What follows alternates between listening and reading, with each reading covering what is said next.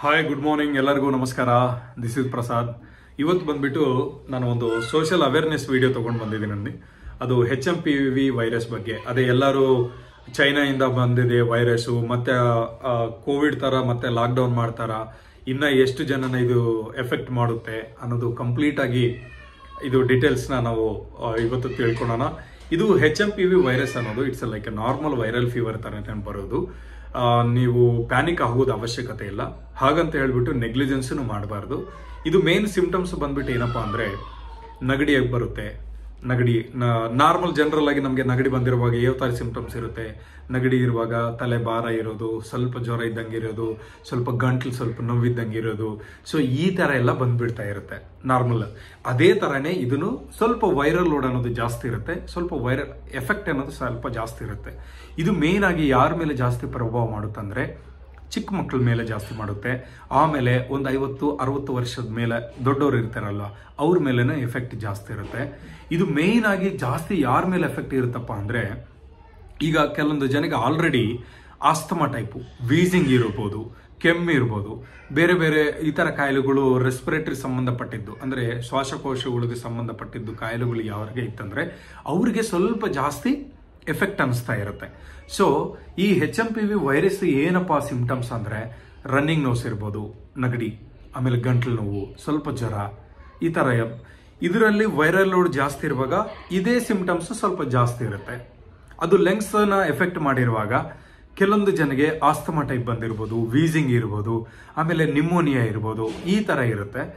ಈ ಕಂಡೀಷನಲ್ಲಿ ಕೆಲವೊಂದು ಜನಗೆ ಇಮ್ಯುನಿಟಿ ಚೆನ್ನಾಗಿದ್ದರೆ ಅವ್ರು ತಗೊಳ್ಳೋ ಊಟ ಇರ್ಬೋದು, ಕಷಾಯಗಳು ಇರ್ಬೋದು, ಸ್ವಲ್ಪ ಬಿಸಿನೀರು ಇರ್ಬೋದು, ಯಾವ ಥರ ಕೇರ್ ತಗೊಂತಾರ ಅಂದಮೇಲೆ ಅವ್ರ ಮೇಲೆ ಡಿಪೆಂಡ್ ಇರುತ್ತೆ. ಅಂಥವ್ರು ಸ್ವಲ್ಪ ಇಮ್ಯುನಿಟಿನ ಅವ್ರನ್ನ ಸ್ಟ್ರಾಂಗ್ ಆಗಿ ಮಾಡ್ಕೊಂಡ್ಬಿಟ್ರೆ 100% ಈ ಬಂದಿರೋ ಎಫೆಕ್ಟ್ ವೈರಲ್ ಎಫೆಕ್ಟ್ ಅನ್ನೋದು ಯಾರಿಗೂ ಏನು ತೊಂದರೆ ಮಾಡಲ್ಲ. ಬಟ್ ಯಾರಾದರೂ ಔಟ್ ಆಫ್ ಕಂಟ್ರಿಗೆ ಹೋಗ್ಬಿಟ್ಟು ಬರ್ತಾ ಇದ್ದಾರೆ ಅಂದರೆ ಅವ್ರ ಫ್ಯಾಮಿಲಿ ಬಗ್ಗೆ ಯೋಚನೆ ಮಾಡಬೇಕು, ಅವ್ರ ಫ್ರೆಂಡ್ಸ್ ಬಗ್ಗೆನೂ ಯೋಚನೆ ಮಾಡಬೇಕು. ಈವನ್ ಅವ್ರಿಗೆ ಸಿಂಪ್ಟಮ್ಸ್ ಇರಲಿಲ್ಲ ಅಂದ್ರೂ ಒಂದು ವಾರ ತಮ್ಗೆ ತಾವೇ ಅವ್ರಿಗೆ ಸ್ವಲ್ಪ ಕೇರ್ ತಗೋಬೇಕು. ಏನಂತ ಸ್ವಲ್ಪ ಕ್ವಾರಂಟೈನಲ್ಲಿ ಇರಬೇಕು, ಮನೇಲಿ ಇದ್ದದ್ದು ಅವ್ರ ಊಟ ಇರ್ಬೋದು, ಕುಡಿಯೋ ನೀರು ಇರ್ಬೋದು, ಸ್ವಲ್ಪ ಕ್ವಾರಂಟೈನ್ ಥರ ಅವ್ರು ಫಾಲೋಅಪ್ ಮಾಡ್ಕೊಂಡ್ರೆ ಅವ್ರ ಮನೆ ಒಳಗಡೆ ಇರುವಂಥ ಚಿಕ್ಕ ಮಕ್ಕಳು ಇರ್ಬೋದು, ವಯಸ್ಸಾಗಿರೋರು ಇರ್ಬೋದು, ಅವ್ರಿಗೆ ಇದು ಎಫೆಕ್ಟ್ ಆಗಲ್ಲ.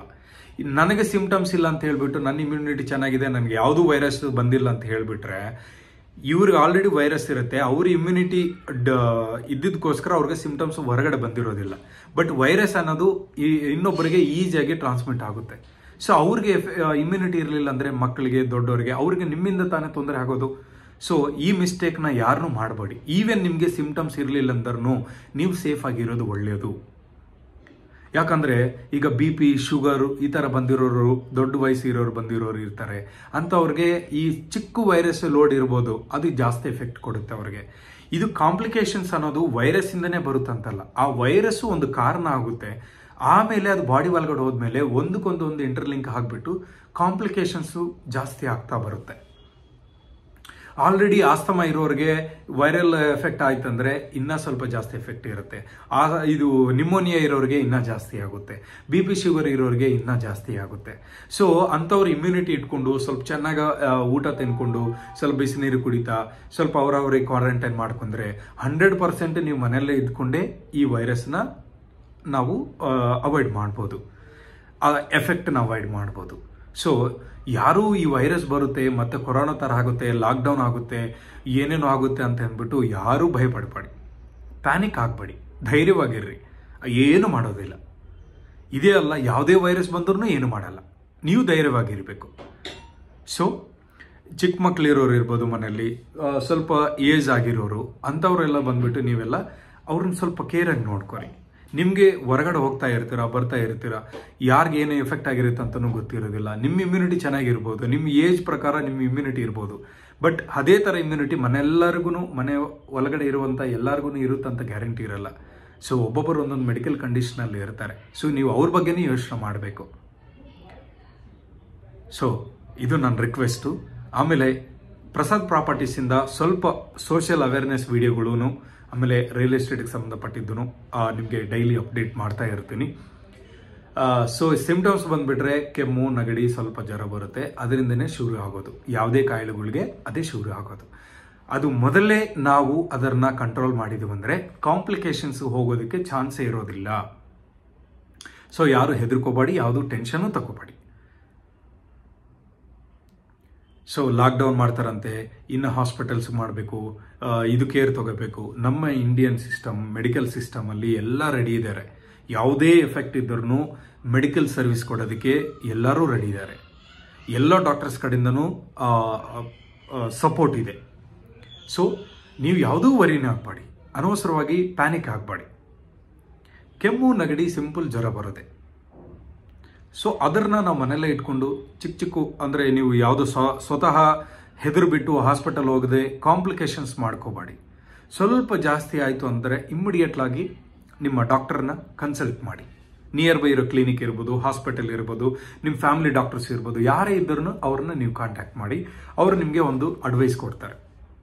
ಯಾವಾಗಾದರೆ ಇದು ಸ್ವಲ್ಪ ಜಾಸ್ತಿ ಆಗ್ತದೆ ಅನ್ನುವಾಗ ಇಮ್ಮಿಡಿಯೇಟ್ಲಾಗಿ ಹಾಸ್ಪಿಟಲ್ ಹೋಗಿ ಅಡ್ಮಿಟ್ ಆಗಿ.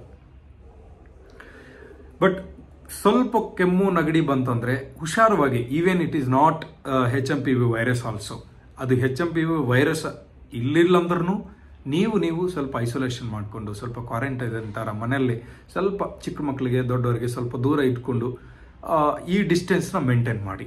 ಯಾರಿಗೂ ಕಾಂಪ್ಲಿಕೇಶನ್ಸ್ ಆಗೋದಿಲ್ಲ. ಆ್ಯಂಡ್ ಈ ವಿಡಿಯೋ ನಿಮಗೆ ಉಪಯೋಗ ಆಗಿದೆ ಅಂತ ಅನಿಸ್ತಾ ಇದೆ. ಸೊ ಯಾರಿಗಾದರೂ ಇಂಟ್ರೆಸ್ಟ್ ಇದ್ದರೆ, ಇದು ಇನ್ಫಾರ್ಮೇಷನ್ ನಿಮಗೆ ಜೆನ್ಯೂನ್ ಅನಿಸಿದ್ರೆ, ನಿಮ್ಮ ಫ್ರೆಂಡ್ ಸರ್ಕಲ್ಗೆ ಫಾರ್ವರ್ಡ್ ಮಾಡಿದ್ರೆ ಇದು ಉಪಯೋಗ ಆಗುತ್ತೆ ಅನಿಸಿದ್ರೆ, please share, like, subscribe my Prasad properties channel. And thank you so much. ಕೆಲವೊಂದು ದಿನ ಒಳಗಡೆ ನಡೀತಿರುವಂಥ ಘಟನೆಗಳು ಇರ್ಬೋದು, ಸೋಷಿಯಲ್ ಅವೇರ್ನೆಸ್ ವೀಡಿಯೋಸನ್ನು ನಾವು ಇದರಲ್ಲಿ ಅಪ್ಲೋಡ್ ಮಾಡ್ತಾ ಇದ್ದೀನಿ. ಸೊ ನೀವೆಲ್ಲರೂ ಅದನ್ನೆಲ್ಲನೂ ಸಪೋರ್ಟ್ ಮಾಡಬೇಕು. And thank you so much. Please subscribe my channel for more updates. Thank you.